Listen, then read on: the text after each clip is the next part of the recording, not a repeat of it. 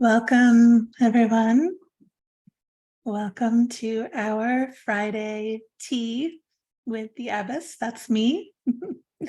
Welcome to everyone from wherever you are. You're welcome to put in the chat where you're joining us from today. And we'll just give a minute as people are coming in. If you have a cup of tea or coffee or whatever your beverage of choice is, maybe whiskey at this time of day, you're welcome to join me in a little tea. I have a rooibos chai that's absolutely delicious, and you can also let us know what you're drinking. That would also be fun to know. So let's see who's here. Sorry, I'm just getting my bearings. Here was the chat. Okay. For some reason, my little buttons are hidden.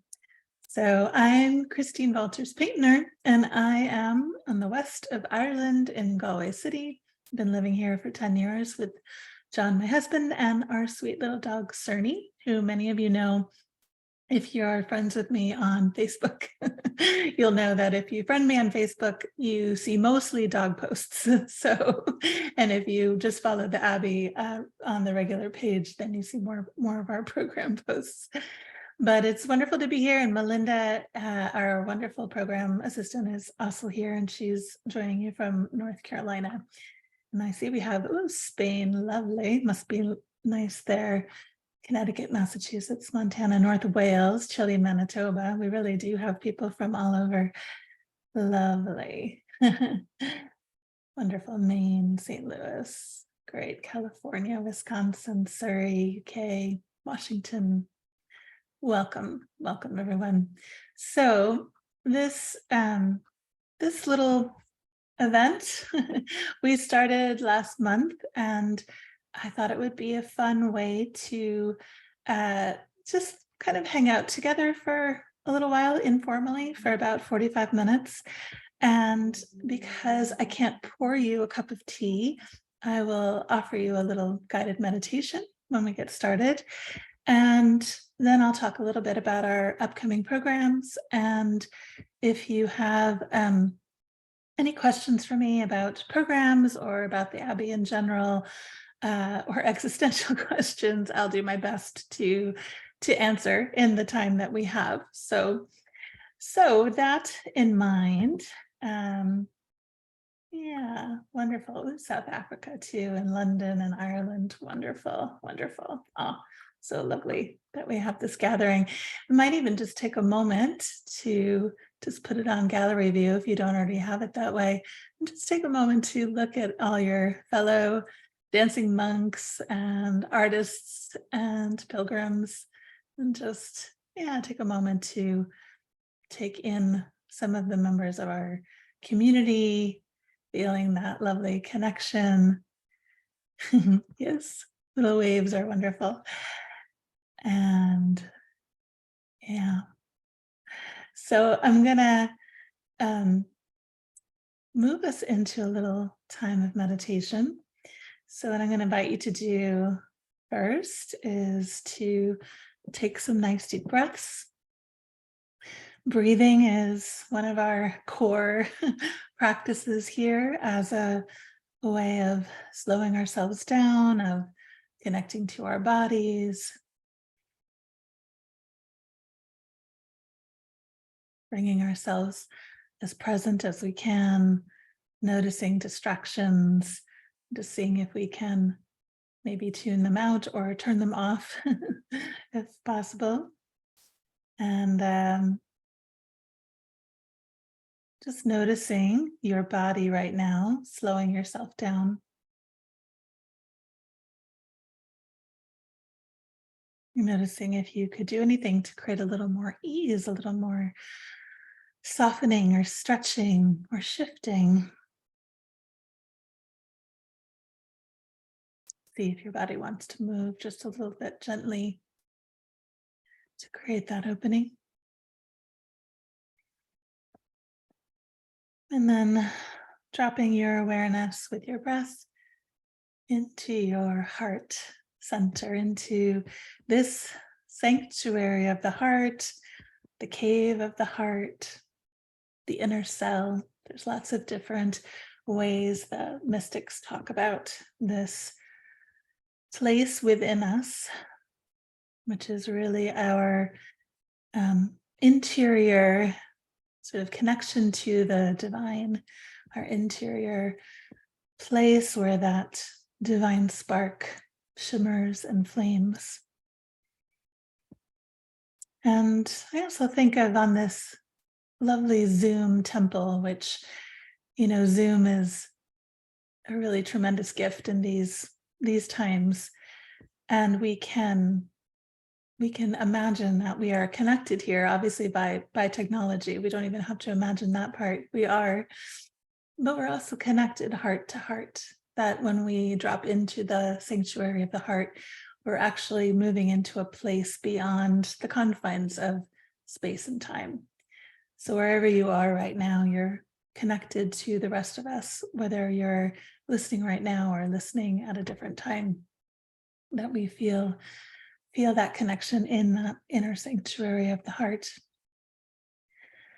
And as you rest here for a moment, I invite you to breathe, to continue to breathe, and simply to rest for a moment in the presence of the beloved, to give yourself the gift of a moment when there's nothing you need to do at all.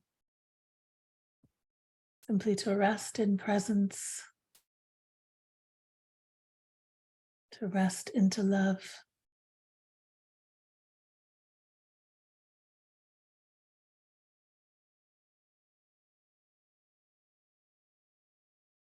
And then I invite you to feel your connection to this circle and send that love out around the circle to all the pilgrims who are gathered now and who'll listen later.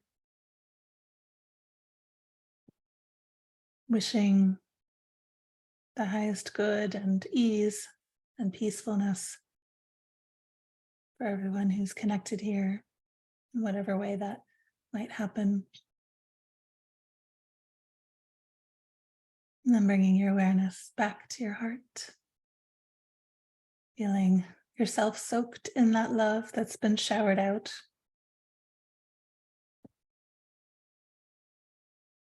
And then I invite you to listen with the ears of your heart.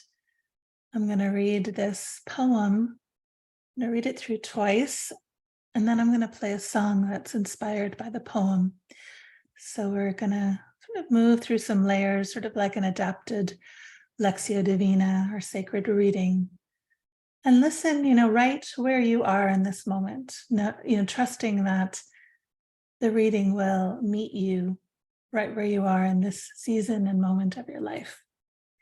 And it's a poem from Rumi, that wonderful Sufi mystic from the 12th century. It's called Some Kiss We Want. There is some kiss we want with our whole lives, the touch of spirit on the body. Seawater begs the pearl to break its shell, and the lily, how passionately it needs some wild darling. At night, I open the window and ask the moon to come and press its face against mine. Breathe into me, close the language door, and open the love window. The moon won't use the door, only the window.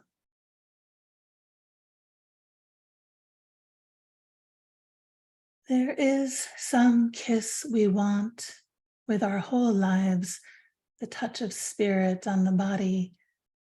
Seawater begs the pearl to break its shell, and the lily, how passionately it needs some wild darling. At night, I open the window and ask the moon to come and press its face against mine. Breathe into me, close the language door, and open the love window. The moon won't use the door, only the window. So just rest into that imagery for a few moments.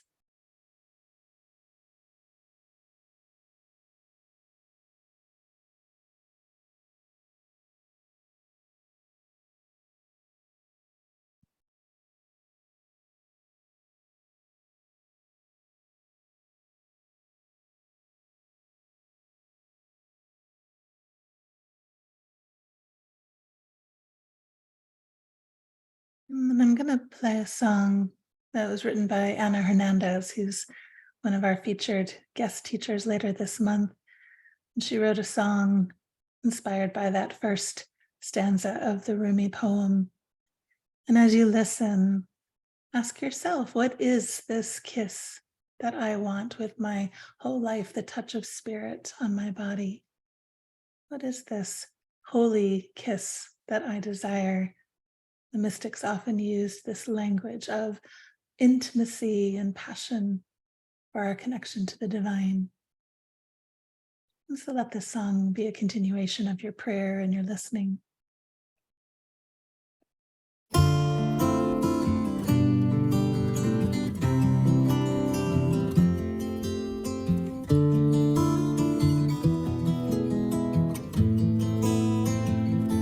There is some kiss we want, there is some kiss we want, there is some kiss we want with our whole lives. The touch of spirit, the touch of spirit, the touch of spirit on the body.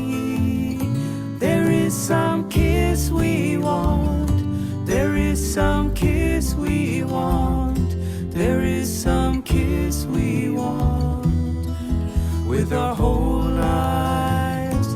The touch of spirit, the touch of spirit, the touch of spirit on the body. There is some kiss we want, there is some kiss we want, there is some kiss we want with our whole lives. The touch of spirit, the touch of spirit, the touch of spirit on the body.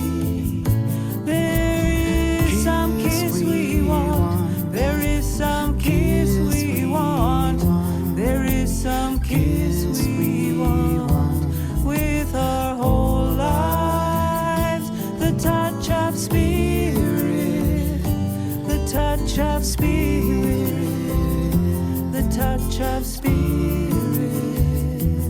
on the body. Oh, there is some kiss we want, there is some kiss we want, there is some kiss we want with our whole lives. The touch of spirit, the touch of spirit, the touch of spirit on the body. There is some kiss we want, there is some kiss we want, there is some kiss we want with our whole lives. The touch of spirit, the touch of spirit, the touch of spirit on the body.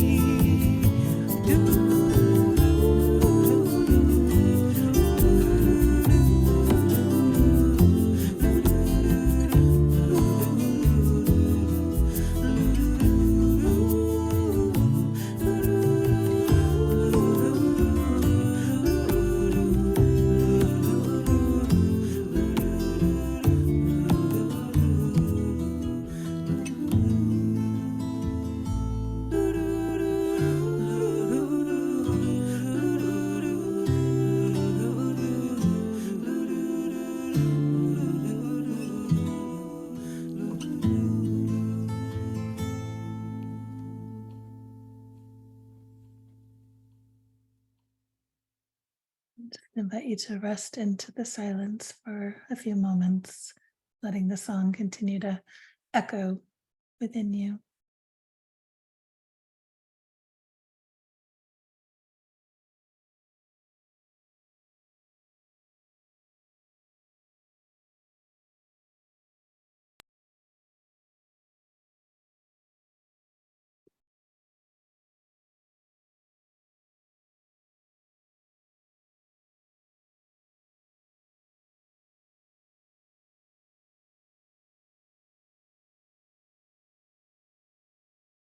And taking a moment just to reflect for yourself.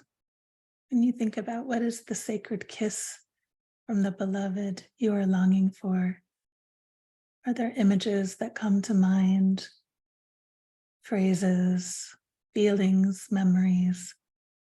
How does that kiss manifest itself in your own life? Just holding that as a sacred question in your heart for a moment.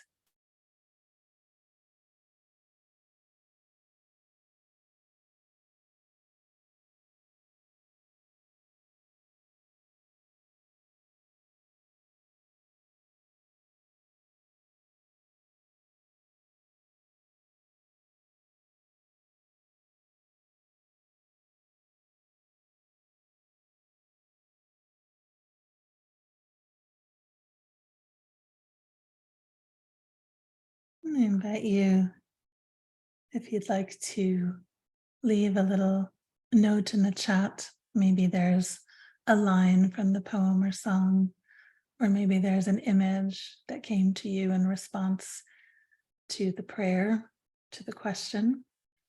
I invite you to share a little window into your own prayer time so that we can share in that connection together.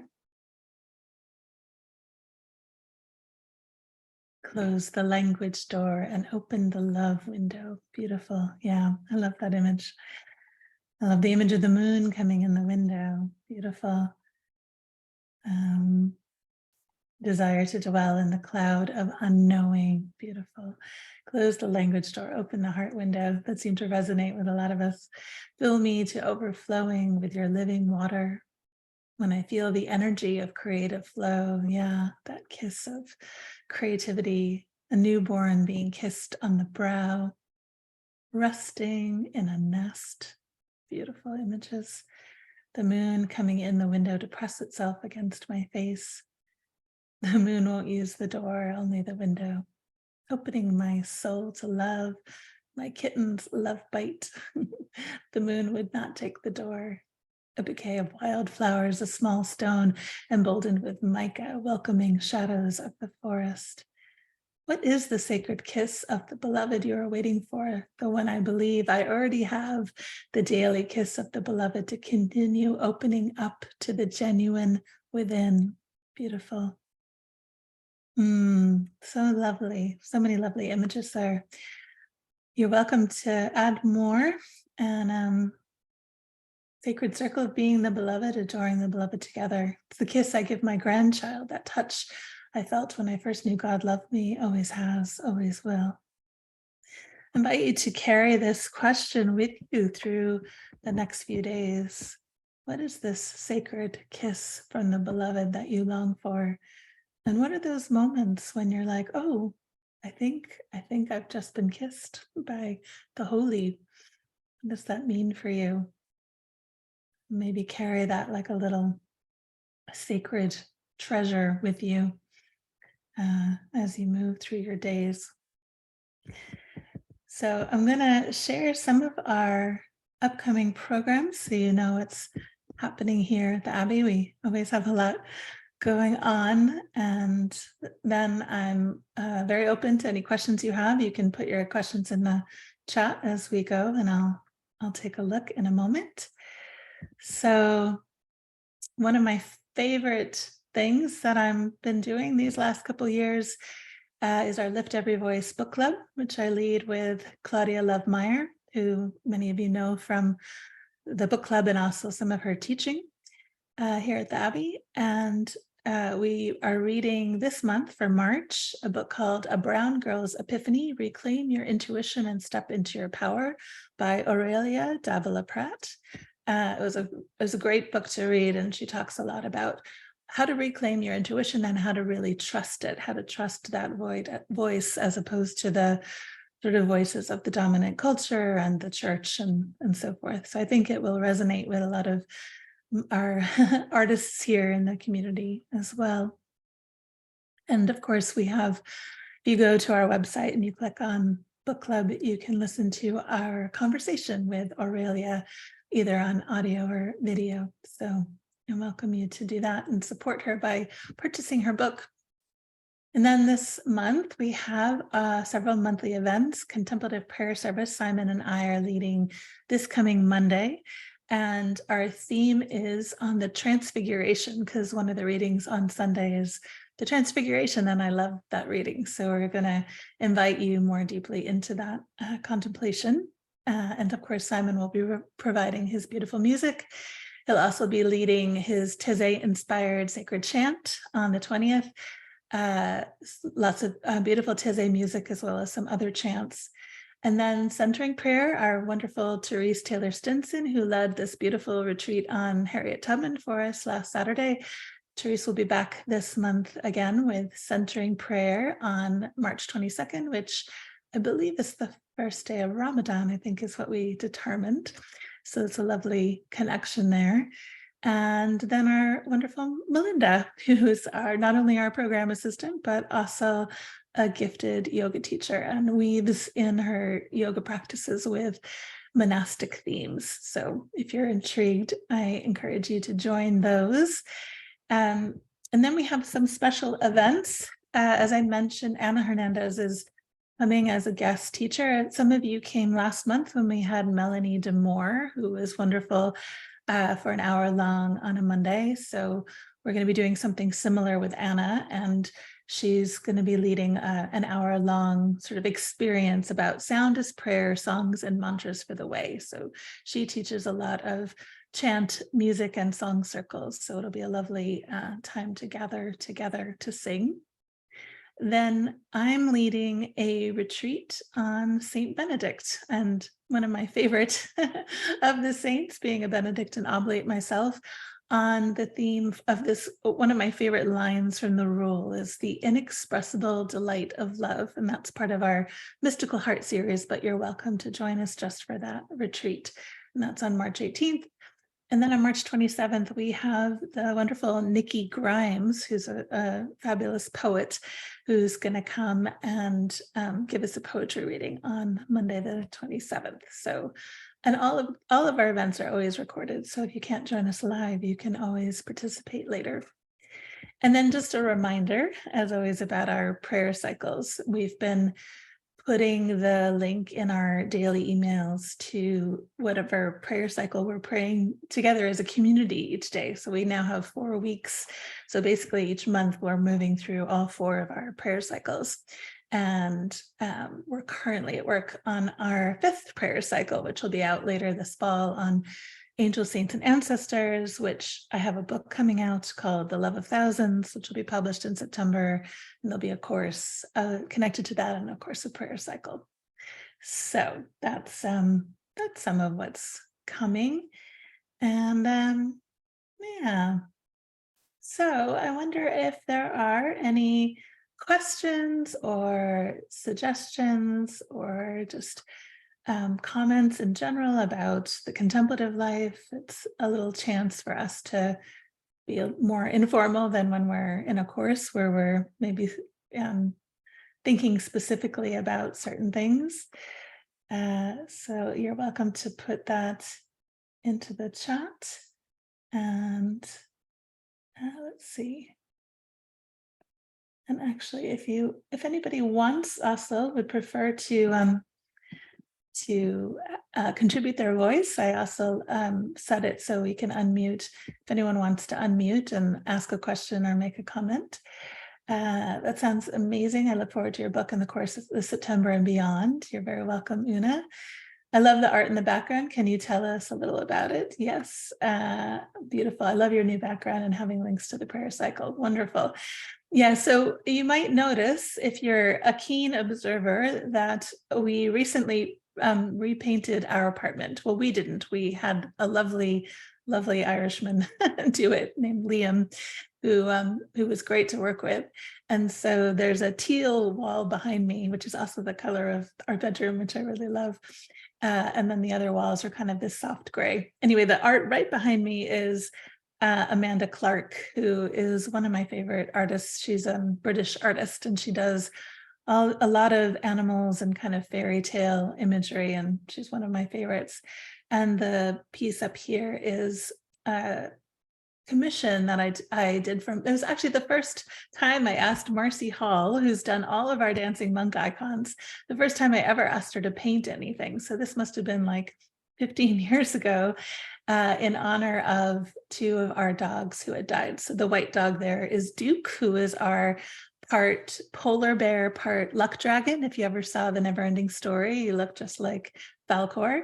And then you can't see Toon quite as well at this angle, but Toon was our elderly Weimaraner who we gave a really good retirement plan to.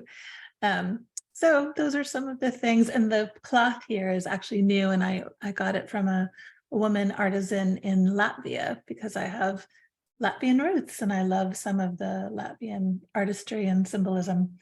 And then there's a bunch of stuff on my altar, but I won't go through all of those right now. But yeah, that's some of my, and of course the books and the plants and all of that. Let's see. And just coming to the end of your Sacred Time book, it's been so great engaging more with the eternal and moving in time to God's heartbeat rather than the rhythm of the world. That's wonderful to hear. Yeah, I love the Sacred Time book because there are I think for me, it just speaks to how like every moment, every day, every week, every month, every year, there's all these opportunities for us to deepen into that sacred mystery and the sacred rhythms and cycles of the seasons and of the divine rhythm, which is so an antithesis to the rhythm of our culture, which asks us to go, go, go. What would you recommend in the way of resources for friends who regularly ask me how they get started on diving deeper into understanding Celtic Christianity? Well, you could start with my book, which is called The Soul Slow Ripening. I think it's 12 Celtic practices for seeking the sacred. And there are lots of other books in the bibliography there and linked to. We can send a couple out. Esther de Waal is always a really good writer. John Philip Newell, of course. Mary Earle has a good book on Celtic Christianity as well. So those are some good places to begin. Carl McColman as well are some of the people that I really turn to for some resources. Let's see. Christine, your prayer cycles are such a great way to begin and end the day. I especially live by the pilgrimage metaphor, so I very much responded and resonated with your pilgrim prayer cycle. That's beautiful to hear. Yeah, I've been praying the morning prayer cycle every morning when I do my yoga practice, and I love that, and I love knowing that there are so many of you out there praying along with me, even if it's at a different time of day. I also try and do the evening ones, but I have to admit I'm not always as consistent with getting to the evening ones, but I'm working on it. I'm usually tired by the end of the day. Let's see, I just ordered my first Marcy Hall print, Julian of Norwich. Wonderful. I already have and love the Oracle deck of the Dancing Saints and Monks. That's beautiful to hear. Also, Carl McColman will be leading a retreat on Julian of Norwich in May for us on her feast day. So that's another thing you can look out for. She's definitely one of my patron saints. I recognize Marcy's style. I have a triptych by her of my two dogs too. Oh, that's great. I love that. Wonderful. What was the name of the UK artist you just mentioned again, please? Her name is Amanda Clark, Clark without an E at the end. And if you Googled Amanda Clark Etsy, you could find her Etsy shop, and she's got loads and loads of art. And you might see on my bookcase over there, these little wood blocks too that are painted by her. So Heather says, Christine, I need you to know that the artist rule changed my life. Oh, thank you, Heather. That's really beautiful. I'm so delighted to hear that, and really touched to know that that work is very, very close to my heart, because it's such the core of what we're doing here, bringing the monk and artist together. And I see Audrey's also working through the artist rule for the third time. The first book of mine that you read and you still love it, truly changed your life. Ah, thank you, Audrey. It's lovely to have you here and see you again. Can you recommend any daily guided meditations? Well, there's our prayer cycle. I'm not sure if you mean like daily readings, because our we have a daily newsletter where you can get a quote and a question from our books and programs. We also have the daily prayer cycle. So there's the audio programs for those, which have readings and songs and times to sit in silence. So those would be lovely resources to check out. I realize we have a lot there, and Melinda very kindly wrote in some of the names I mentioned for the Celtic authors of Celtic books resources. Jenna's also working on the artist rule for Lent. That's wonderful. I actually think one of the first times I taught that class years and years ago was as a Lenten retreat. Lovely. Are the newest icon cards posted on the page available in print? That's a great question, and the answer is not yet. Unfortunately, icon cards, I love having them, but there's two ways to do them, and either way is not very cost effective and tend to be labor intensive. So we're sort of on hold at the moment and discerning what to do about that. You can definitely get prints of them from Marcy, and eventually I think what I'm going to do is wait till Marcy paints a few more for us, because I have some others I want her to do before we figure out how to make the next batch available. So stay tuned. I'm so grateful to have discovered this beautiful community. Thank you for holding this space so lovingly and graciously. You're very, very welcome, Ginny. I'm so grateful to know that you have found your way here. It's really delightful, and just brings a lot of joy to my heart to be with dancing monks. I always say that dancing monks are some of the best people in the world, because they're full of creative delight and able to really be present to one another, and always so full of appreciation, which is very, very sweet and lovely to be able to receive that gift. Lizzie appreciates the daily nourishment email. Yay. We can thank Melinda for most of that work, because she's the one who compiles those and chooses the quotes and all of that. So she's key. She is key in that process. I loved your soul slow ripening too. So very wonderful. You've been such a blessing in my life and the lives of others. Thank you, Sharon. That's wonderful to hear. Please give the date for the Julian Day. There are 2 dates in May that are celebrated. Yeah, it's on May 13th, which is the Saturday. Melinda just posted that. Thank you, Melinda, for being so on top of things. So yeah, so that's wonderful. Our Mystic Heart, I'm doing Benedict this month, a couple of days before his feast day. And then in April, we have Loretta Coleman Brown doing Howard Thurman, which I'm really excited about. She has a wonderful new book called What Makes You Come Alive. And I got to read an advance copy, and it's wonderful. And then, of course, Julian of Norwich in May, and then St. Kevin and Celtic Spirituality in June. So those on June 3rd, which is the Feast of St. Kevin, I'll be joined by Kenneth Stephen, the Scottish poet, and Simon Devoyle, our Scottish musician. So it should be full of all things Celtic. Let's see. This has got to be the richest afternoon tea I've had before, even though I'm a Brit. Now that's high praise indeed. So big thank you for such nourishing space and community. You're very, very welcome. I wish I could invite you all over for actual tea. daily nourishment is always so synchronistic for what's happening in my life. I love when that happens. That's wonderful to hear, Sharon. I'm on a limited budget right now, so I appreciate the free events like this that you host. You're very welcome, Diantha.